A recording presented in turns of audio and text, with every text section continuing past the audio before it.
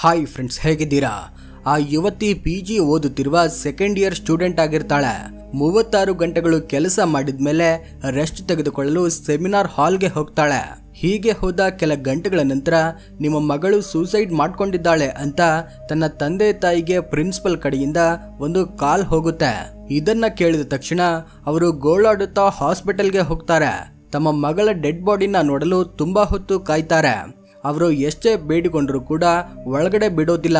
ಕೊನೆಗೆ ಮಧ್ಯಾಹ್ನದ ಹೊತ್ತಿಗೆ ಆ ಯುವತಿಯ ತಂದೆ ಒಳಗಡೆ ಹೋಗಿ ಮಗಳ ಡೆಡ್ ಬಾಡಿನ ನೋಡ್ತಾರೆ. ಆಮೇಲೆ ಪೋಸ್ಟ್ ಮಾರ್ಟಮ್ ರಿಪೋರ್ಟ್ ಹೊರಬರುತ್ತೆ. 2 ಕಣ್ಣುಗಳಲ್ಲಿ ರಕ್ತ, ಬಾಯಲ್ಲಿ ರಕ್ತ, ಪ್ರೈವೇಟ್ ಪಾರ್ಟ್ ನಲ್ಲಿ ರಕ್ತ, ತಲೆ ಮೇಲೆ ಗಾಯ, ಮುಖದ ಮೇಲೆ ಸ್ಕ್ರಾಚ್ಗಳು, ಗಾಯಗಳು, ತುಟಿಗಳ ಮೇಲೆ ಗಾಯಗಳು, ಕತ್ತು ಮುರಿದು ಹೋಗಿರುತ್ತೆ. ಈ ರೀತಿ ಹೇಳ್ತಾ ಹೋದ್ರೆ ದೇಹವೆಲ್ಲ ಗಾಯವಾಗಿರುತ್ತೆ. ಆದ್ರೆ ಇದೆಲ್ಲ ಇನ್ಫಾರ್ಮೇಶನ್ ಪೋಸ್ಟ್ ಮಾರ್ಟಮ್ ಮಾಡಿದ 2 ದಿನಗಳ ನಂತರ ಹೊರಬರುತ್ತೆ. ಆದ್ರೆ ಘಟನೆ ನಡೆದ ಕೆಲ ಗಂಟೆಗಳಿಗೆ ನಿಮ್ಮ ಮಗಳು ಸೂಸೈಡ್ ಮಾಡ್ಕೊಂಡಿದ್ದಾಳೆ ಅಂತ ಅವರ ತಂದೆ ತಾಯಿಗೆ ಕಾಲ್ ಮಾಡಿರ್ತಾರೆ. ಈ ಘಟನೆ ನಡೆದ ಮೇಲೆ ಭಾರತದಲ್ಲಿನ ಎಲ್ಲಾ ಡಾಕ್ಟರ್ ಸೇರಿ ತನಗೆ ನ್ಯಾಯ ದೊರಕಿಸಿಕೊಡ್ಬೇಕು ಅಂತ ಹೋರಾಟಗಳನ್ನ ಮಾಡ್ತಾನೆ ಇದ್ದಾರೆ. ಮತ್ತೊಂದ್ ಕಡೆ ಆ ಮೆಡಿಕಲ್ ಕಾಲೇಜಿನ ಪ್ರಿನ್ಸಿಪಲ್ ಸಡನ್ ಆಗಿ ರಿಸೈನ್ ಮಾಡ್ತಾನೆ. ಹೀಗೆ ರಿಸೈನ್ ಮಾಡಿದ 9 ಗಂಟೆಗಳ ಒಳಗಡೆನೆ ಆ ಪ್ರಿನ್ಸಿಪಲ್ಗೆ ಬೇರೆ ಕಾಲೇಜಲ್ಲಿ ಪೋಸ್ಟಿಂಗ್ ನೀಡ್ತಾರೆ. ಆದ್ರೆ ರಾಜೀನಾಮೆ ಮಾಡಿದ 9 ಗಂಟೆಗಳ ಒಳಗಡೆನೆ ಸರ್ಕಾರ ಆತನಿಗೆ ಯಾಕೆ ಪೋಸ್ಟಿಂಗ್ ಕೊಟ್ಟಿದೆ? ಈ ವಿಷಯ ಹೈಕೋರ್ಟ್ ದೃಷ್ಟಿಗೆ ಬಂದ ಕೂಡಲೇ ಹೈಕೋರ್ಟ್ ಆತನನ್ನ ಬೇರೆ ಕಾಲೇಜಿಂದ ಪ್ರಿನ್ಸಿಪಲ್ ಸ್ಥಾನದಿಂದ ಕೆಳಗಿಳಿಸಿ ಕೇವಲ ಕೆಲ ದಿನಗಳವರೆಗೂ ರಜೆಯನ್ನ ಕೊಟ್ಟಿದೆ. ಪ್ರಾರಂಭದಲ್ಲಿ ಈ ಕೊಲೆಯನ್ನ ಆತ್ಮಹತ್ಯೆಯಾಗಿ ತೋರಿಸಲು ತುಂಬಾ ಪ್ರಯತ್ನಿಸ್ತಾರೆ. ಹಾಗೂ ಎರಡನೇ ವಿಷಯ ಏನಂದ್ರೆ ಪ್ರಿನ್ಸಿಪಲ್ಗೆ ಮತ್ತೆ ಪೋಸ್ಟಿಂಗ್ ಕೊಡ್ತಾರೆ. ಹೇಗಾದ್ರೂ ಮಾಡಿ ಕೇಸ್ ದಿಕ್ಕನ್ನ ಬದಲಾಯಿಸಬೇಕು ಅಂತ ತುಂಬಾ ಪ್ರಯತ್ನಿಸ್ತಾರೆ. ಆದ್ರೆ ಡೆಡ್ ಬಾಡಿ ಹತ್ರ ಒಂದು ಬ್ಲೂಟೂತ್ ಹೆಡ್ಫೋನ್ ಸಿಕ್ಕಿರುತ್ತೆ. ಅದು ಅಪರಾಧಿಯ ಫೋನ್ಗೆ ಡೈರೆಕ್ಟ್ ಆಗಿ ಕನೆಕ್ಟ್ ಆಗುತ್ತೆ. ಆ ದಿನ ಆ ಅಪರಾಧಿ ಅಲ್ಲಿ ಕೆಲಸ ಮಾಡ್ತಿರ್ತಾನೆ. ಬೆಳಗ್ಗೆ ಆದ್ಮೇಲೆ ಅಲ್ಲಿಂದ ಎದ್ದು ಪೊಲೀಸರ ಕಡೆ ಕೆಲಸ ಮಾಡಲು ಹೋಗ್ತಾನೆ. ಯಾಕಂದ್ರೆ ಆ ಅಪರಾಧಿ ಒಬ್ಬ ಸಿವಿಕ್ ವಾಲಂಟಿಯರ್ ಆಗಿರ್ತಾನೆ. ಸಿವಿಕ್ ವಾಲಂಟಿಯರ್ ಅಂದ್ರೆ ಪೊಲೀಸರಿಗೆ ಸಣ್ಣ ಪುಟ್ಟ ಕೆಲಸಗಳಲ್ಲಿ ಸಹಾಯ ಮಾಡ್ತಾರೆ. ಅಂದ್ರೆ ಉದಾಹರಣೆಗೆ ಟ್ರಾಫಿಕ್ ಕಂಟ್ರೋಲ್ ಮಾಡೋದನ್ನ, ಇನ್ನಿತರ ಕೆಲಸಗಳಲ್ಲಿ ಪೊಲೀಸರಿಗೆ ಸಹಾಯ ಮಾಡ್ತಾರೆ. ಆ ದಿನ ಅಪರಾಧಿಗೆ ಹಾಸ್ಪಿಟಲ್ ಅಲ್ಲಿ ಡ್ಯೂಟಿ ಇರುತ್ತೆ. ಈ ಕೇಸ್ನಲ್ಲಿ ಈಗಿನವರೆಗೂ ಈ ಸಂಜಯ್ ರಾಯ್ ಎಂಬ ಈ ಒಬ್ಬ ವ್ಯಕ್ತಿಯನ್ನ ಮಾತ್ರ ಅರೆಸ್ಟ್ ಮಾಡಿದ್ದಾರೆ. ಆದ್ರೆ ಹತ್ಯೆಯಾದ ಯುವತಿಯ ಶರೀರದಲ್ಲಿ ಸಿಕ್ಕ 150 ಗ್ರಾಂನ ಸೀಮನ್ನ ಆಧಾರದ ಮೇಲೆ ಇದು ಒಬ್ಬ ವ್ಯಕ್ತಿ ಮಾಡಿದ ಕೊಲೆಯಲ್ಲ, ಒಂದು ಗ್ಯಾಂಗ್ ಮಾಡಿದ ಕೊಲೆ ಅಂತ ಗೊತ್ತಾಗ್ತಿದೆ. ಆದ್ರೆ ಆ ಉಳಿದ ವ್ಯಕ್ತಿಗಳು ಯಾರು? ಅವರನ್ನ ಕಾಪಾಡಲು ಯಾಕೆ ಪ್ರಯತ್ನಿಸುತ್ತಿದ್ದಾರೆ? ಅವರು ಪ್ರಭಾವಿ ವ್ಯಕ್ತಿಗಳಾಗಿದ್ದಾರಾ? ತುಂಬಾ ಜನರು ಪೊಲೀಸರನ್ನ ಈ ರೀತಿ ಪ್ರಶ್ನೆ ಮಾಡ್ತಿದ್ದಾರೆ. ಆದ್ರೆ ಯಾವ ಪೊಲೀಸ್ ಕೂಡ ಇದಕ್ಕೆ ಉತ್ತರ ನೀಡ್ತಿಲ್ಲ. ಆರ್ಜಿಕರ್ ಮೆಡಿಕಲ್ ಕಾಲೇಜಲ್ಲಿ ಈ ಘಟನೆ ನಡೆದ ಡಿಪಾರ್ಟ್ಮೆಂಟ್ಗೆ ಸಡನ್ ಆಗಿ ರೀನೋವೇಷನ್ ವರ್ಕ್ ನಡೆಯುತ್ತೆ. ಅದನ್ನು ಘಟನೆ ನಡೆದ ಸ್ಥಳದಿಂದ 20 ಮೀಟರ್ಗಳಷ್ಟು ದೂರದಲ್ಲಿ ನಡೆಯುತ್ತೆ. ಇವೆಲ್ಲವನ್ನ ನೋಡ್ತಾ ಇದ್ರೆ ಸಾಕ್ಷಿ ನಾಶ ಮಾಡಲು ಈ ರೀತಿ ಮಾಡ್ತಿದ್ದಾರೆ ಎಂಬ ಸಂದೇಹ ಬರುತ್ತೆ. ಆಗಸ್ಟ್ 14ರಂದು ಕೋಲ್ಕತ್ತಾ ಪೊಲೀಸರು ಒಂದು ಟ್ವೀಟ್ಗೆ ಉತ್ತರ ಕೊಡ್ತಾ ರೀಟ್ವೀಟ್ ಮಾಡ್ತಾರೆ. ಆ ಟ್ವೀಟ್ ನಲ್ಲಿ 4 ಪ್ರಶ್ನೆಗಳಿರ್ತವೆ. ಅದರಲ್ಲಿ ಮೊದಲನೆಯದು, ಆ ಯುವತಿ ಸೂಸೈಡ್ ಮಾಡ್ಕೊಂಡಿದ್ದಾಳೆ ಅಂತ ಪೋಸ್ಟ್ ಮಾರ್ಟಮ್ ರಿಪೋರ್ಟ್ ಬರೋದಕ್ಕೂ ಮುಂಚೆನೆ ಪೊಲೀಸರೇ ಹೇಗೆ ಡಿಸೈಡ್ ಮಾಡ್ತಾರೆ? ಎರಡನೆಯ ಪ್ರಶ್ನೆ, ಆ ಯುವತಿಯ ಅಂತ್ಯಕ್ರಿಯೆಯನ್ನ ಅಷ್ಟು ವೇಗವಾಗಿ ಮಾಡೋ ಅವಶ್ಯಕತೆ ಏನಿತ್ತು? ಮೂರನೆಯ ಪ್ರಶ್ನೆ, ಪ್ರಿನ್ಸಿಪಲ್ ರಾಜೀನಾಮೆ ಮಾಡಿದ 9 ಗಂಟೆಗಳ ಒಳಗಡೆ ಬೇರೆ ಕಾಲೇಜ್ಗೆ ಪೋಸ್ಟಿಂಗ್ ಯಾಕೆ ಹಾಕ್ತಾರೆ?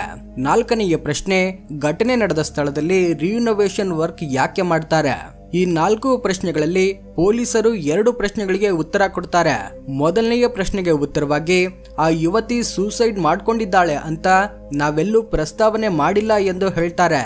ಇನ್ನು ಎರಡನೆಯ ಪ್ರಶ್ನೆಗೆ ಉತ್ತರವಾಗಿ ಯುವತಿಯ ಅಂತ್ಯಕ್ರಿಯೆಯನ್ನ ಅವರ ತಂದೆ ತಾಯಿ ಇಷ್ಟದಂತೆ ಮಾಡಿದ್ದಾರೆ, ಇದರಲ್ಲಿ ನಮ್ಮ ಹಸ್ತಕ್ಷೇಪ ಇಲ್ಲ ಅಂತ ಹೇಳ್ತಾರೆ. ಆದ್ರೆ ಇನ್ನುಳಿದ 2 ಪ್ರಶ್ನೆಗಳಿಗೆ ಪೊಲೀಸರು ಯಾವುದೇ ಉತ್ತರ ನೀಡಿಲ್ಲ.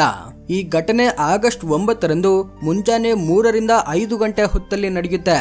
ಆದ್ರೆ ಈ ವಿಷಯ ಇಡೀ ಭಾರತಕ್ಕೆ ಗೊತ್ತಾಗಿದ್ದು ಮಾತ್ರ ಆಗಸ್ಟ್ 13, 14ರಂದು. ಈ ವಿಷಯ ಗೊತ್ತಾದ್ಮೇಲೆ ಭಾರತದಲ್ಲಿನ ಎಲ್ಲಾ ಡಾಕ್ಟರ್ಸ್ ಹೋರಾಟಗಳನ್ನ ಮಾಡಲು ಪ್ರಾರಂಭಿಸ್ತಾರೆ. ಆದ್ರೆ ಸಮಾಜದಲ್ಲಿನ ಇತರೆ ಜನರು ಸೈಲೆಂಟ್ ಆಗಿದ್ದಾರೆ. ವೆಸ್ಟ್ ಬೆಂಗಾಲ್ನ MP ಸಾಗರಿಕಾ ಘೋಷ್ ಅವರು ಇದು ತುಂಬಾ ಬೇಸರದ ಸಂಗತಿ, ಆದ್ರೆ ಇದನ್ನ ರಾಜಕೀಯ ಮಾಡಬೇಡಿ ಅಂತ ಹೇಳ್ತಾರೆ.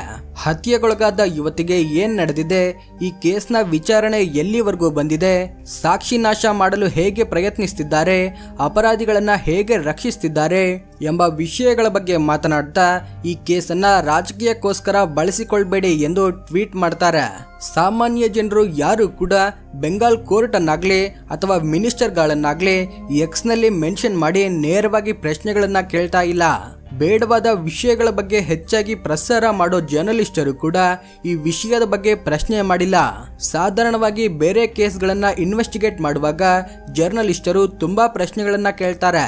ಆದ್ರೆ ಇಲ್ಲಿ ಮಾತ್ರ ಜರ್ನಲಿಸ್ಟರು ರಾಜಕೀಯ ನಾಯಕರನ್ನ ರಿಕ್ವೆಸ್ಟ್ ಮಾಡಿದಂತೆ ಪ್ರಶ್ನೆಗಳನ್ನ ಕೇಳ್ತಿದ್ದಾರೆ. ಇದಾದ ಮೇಲೆ ಮೌಲೂನಾ ಮೈತ್ರಾ ಅವರು ತುಂಬಾ ಜರ್ನಲಿಸ್ಟರನ್ನ ಬ್ಲಾಕ್ ಮಾಡಿ ಈ ರೀತಿ ಹೇಳ್ತಾರೆ. ಕೆಲವು ಮೀಡಿಯಾದವರು ಸಂಬಂಧವಿಲ್ಲದ ಪ್ರಶ್ನೆಗಳನ್ನ ಕೇಳ್ತಿದ್ದಾರೆ, ಇದಕ್ಕಾಗಿ ಅವರನ್ನ ಬ್ಲಾಕ್ ಮಾಡಿದ್ದೇನೆ ಅಂತ ಹೇಳ್ತಾರೆ. ಹಾಗೇನೆ ಬೆಂಗಾಲ್ ಸರ್ಕಾರದ ಕೈಗೊಂಬೆಯಾಗಿರೋ ಹಲವಾರು ಮೀಡಿಯಾದವರು ನಾವು ಸರ್ಕಾರಕ್ಕೆ ತುಂಬಾ ಪ್ರಶ್ನೆಗಳನ್ನ ಕೇಳಿದ್ದೇವೆ ಅಂತ ಹೇಳ್ತಿದ್ದಾರೆ. ಆದ್ರೆ ಘಟನೆ ನಡೆದ 3-4 ದಿನಗಳವರೆಗೂ ಅವರು ಒಂದೇ ಒಂದು ಪ್ರಶ್ನೆಯನ್ನ ಕೇಳದೆ ಸೈಲೆಂಟ್ ಆಗೇ ಇರ್ತಾರೆ. 4 ದಿನಗಳಾದ್ಮೇಲೆ ಹಾಕಿದ ಟ್ವೀಟ್ ನಲ್ಲಿ ನಾವು ಈ ಘಟನೆಯನ್ನ ಕುರಿತಾಗಿ ಪ್ರಶ್ನಿಸಿದ್ದೇವೆ, ನಾವು ತುಂಬಾ ಒಳ್ಳೆಯವರು ಎಂಬಂತೆ ಟ್ವೀಟ್ ಮಾಡ್ತಾರೆ. ಆದ್ರೆ ಪ್ರಾರಂಭದ 4 ದಿನಗಳಲ್ಲಿ ಸೈಲೆಂಟ್ ಆಗೇ ಇರ್ತಾರೆ. ಈ ಘಟನೆ ನಡೆದು 4 ದಿನ ಆದ್ಮೇಲೆ ಅಲ್ಲಿನ ಸ್ಥಳೀಯರು, ಪೊಲಿಟಿಷಿಯನ್ಸ್, ಕ್ರಿಯೇಟರ್ಸ್ ಎಲ್ಲರೂ ಕೂಡ ಈ ಕೇಸ್ನ ತಪ್ಪುದಾರಿ ಹಿಡಿಸಲು ಪ್ರಯತ್ನಿಸ್ತಾರೆ. ಆದ್ರೆ ಡಾಕ್ಟರ್ಗಳು ಪ್ರೊಟೆಸ್ಟ್ ಮಾಡಿದ್ದರಿಂದ ಕೇಸ್ ಸೀರಿಯಸ್ ಆಗುತ್ತೆ. ಈಗ ರಾಜಕೀಯ ನಾಯಕರು ಕೂಡ ಇದರ ಬಗ್ಗೆ ಮಾತನಾಡದೆ ಇದನ್ನ ಮರೆಮಾಚಲು ಪ್ರಯತ್ನಿಸ್ತಿದ್ದಾರೆ. ನಾರ್ತ್ ಅಲ್ಲಿನ ಸೋಷಿಯಲ್ ಮೀಡಿಯಾ ಕ್ರಿಯೇಟರ್ಸ್ ಕೂಡ ಪ್ರಾರಂಭದಲ್ಲಿ ಇದರ ಬಗ್ಗೆ ವಿಡಿಯೋಸ್ ಮಾಡಿರೋದಿಲ್ಲ. ಆದ್ರೆ ಈಗ ನ್ಯಾಷನಲ್ ವೈಡ್ ಆಗಿ ಸಪೋರ್ಟ್ ಹೆಚ್ಚಾಗಿದ್ರಿಂದ ಎಲ್ಲಾ ನಾರ್ತ್ ಕ್ರಿಯೇಟರ್ಸ್ ಇದರ ಬಗ್ಗೆ ವಿಡಿಯೋಸ್ ಮಾಡ್ತಿದ್ದಾರೆ.